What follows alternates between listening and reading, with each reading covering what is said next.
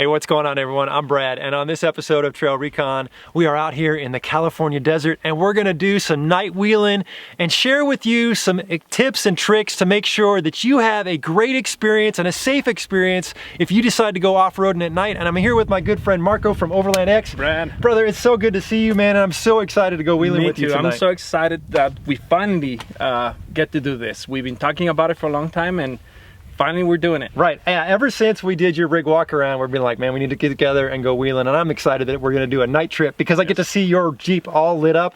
Guys, if you have not seen Marco's rig walk around video, you have to go check it out. I will leave a link in the description. It is so well built for overlanding. It's a great rig.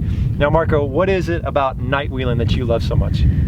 The terrain changes so much from day to night that it's just a different experience, and I love it. Yeah, me too. I mean, there are trails that I've run over and over during the day, and you do it at night, and it's like being on a completely different trail.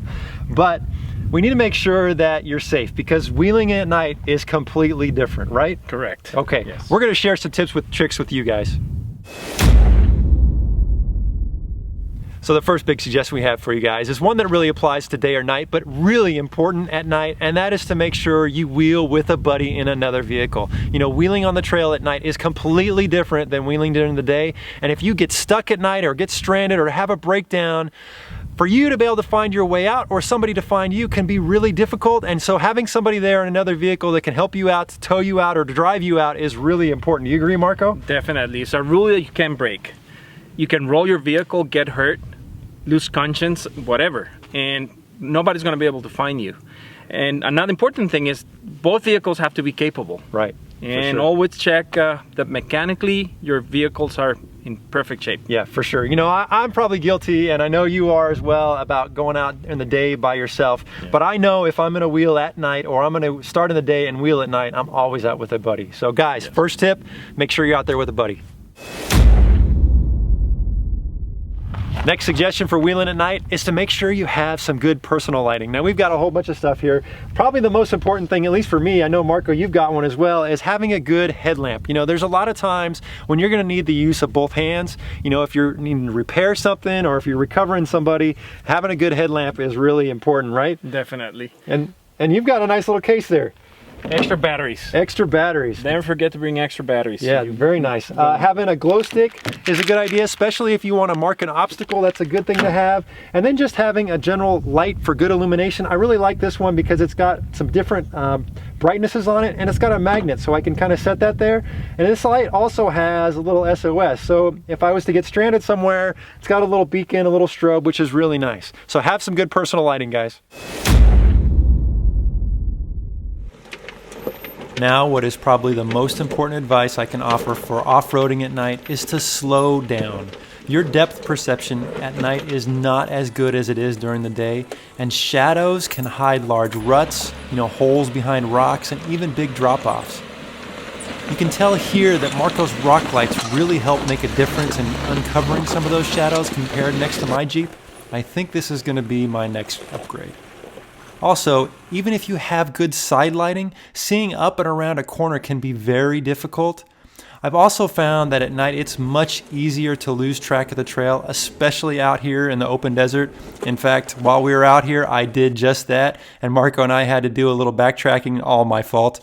And for these reasons, it's important to increase your space between vehicles and slow down around obstacles and corners at night. Having the proper off-road light setup will help tremendously, but you still need to use more caution at night than you would during the day.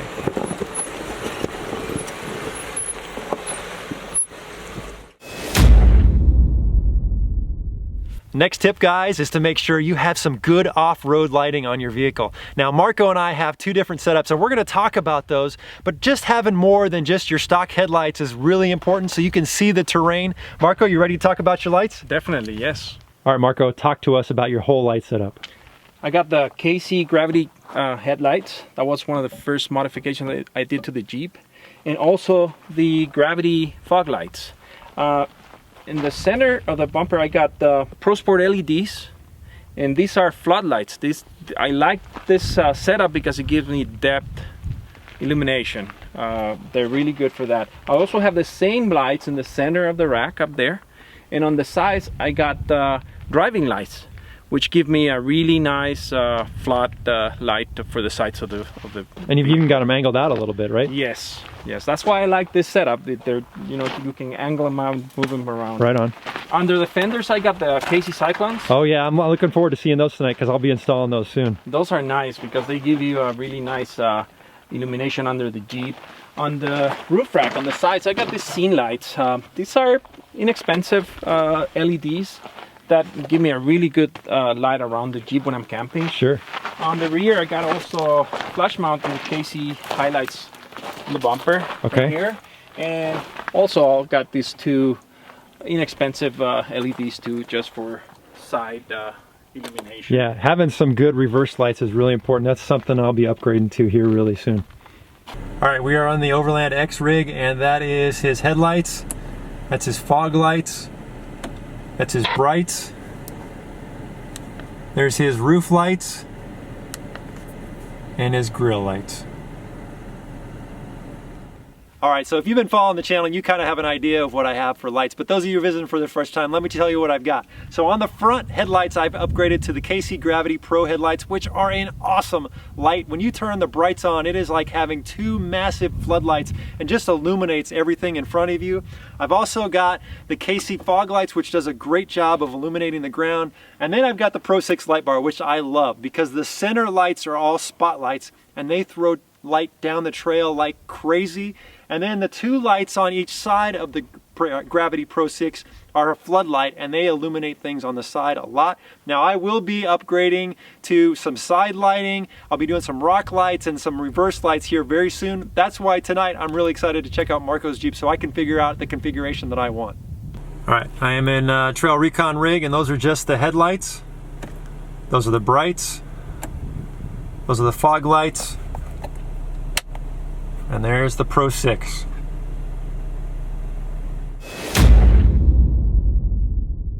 Another tip is to make sure your windows are clean. You know, at night you can get a lot of glare from other vehicle lights, and you want to make sure that you've got a good clear view of the trail. And one good tip that I can offer you is clean the inside of your windows really well and then clean them with some newspaper. That's an old detailing trick that'll make sure you get all that film off of there. Next suggestion is don't blind your spotter. It's important for him to see the obstacles and let you know where's the safe line for you. The other thing is turn off your high beams and your lights when you come to a stop so you don't blind your group. Turn off your auxiliary lights when traffic is coming on the opposite direction, and make sure you turn your off-road lights when you hit the main roads. And our last suggestion for you guys is to make sure you've got weather appropriate gear with you, right Marco? Especially in the desert. You never know. It's hot during the day, and at night the temperature can drop. Yeah, it was like 93 degrees today, and it's already starting to get a little chilly out here, so I'm glad I brought a jacket. Guys, there are a lot of important things for wheeling at night that you want to be aware of. I hope you've found this video helpful. And look, if you're wheeling at night and you've got some suggestions for us and for other viewers, put it in the comments. We'd love to hear about it. And hey, if you haven't checked out Marco's Instagram account, go check him out at Overland X. We really appreciate all your pictures, and dude, thanks for coming out. I'm excited to go hit the trail. If you're visiting the channel for the first time, hit that subscribe button. We'd love to have you as a member of the TrailRecon team. And if you'd like to support what we're doing here on TrailRecon, please go visit my Patreon page and get some behind the scenes action and help support what we're doing so we can make some good future content for you. Thanks for watching, guys.